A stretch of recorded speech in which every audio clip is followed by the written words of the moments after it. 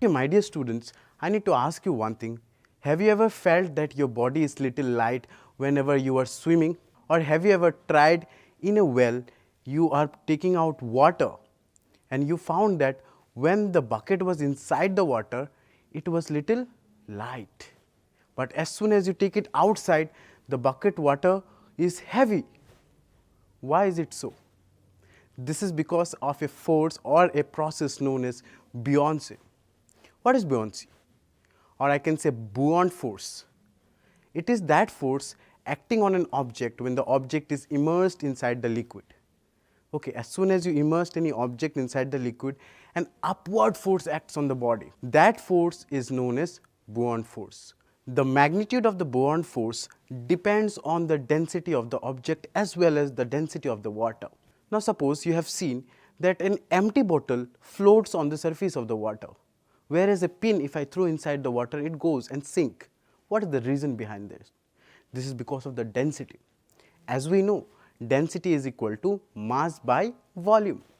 If the volume is less, so the density will be more. That means the body is going to sink. Or if the volume is more, the density would be less. Now, which body sink and which body does not sink depends on the density. If the density of the object is more than that of the density of the water, then the body is going to sink. Why does ship doesn't sink? It's got a huge volume, right? Because of its volume, the density decreases. If the density decreases, it is going to float. That's why even a huge ship, it does not sink so easily, right, as soon as it is floating on the surface of the water. Now let me go to the next part, that is known as Archimedes principle.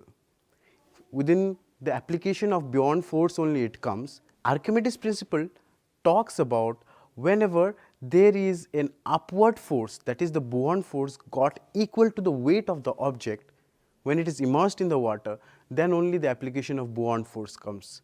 That is Archimedes principle. Ship or submarines, they does not sink.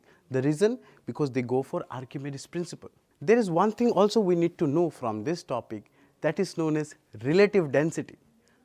What is relative density? Because we are taking two densities, the density of the object as well as the density of the water. So relative density is the ratio of density of the object to the density of water. This is how we can study it. So it's a very small part where we have checked for pressure and thrust, we have checked for buoyant force, and we have checked Archimedes principle.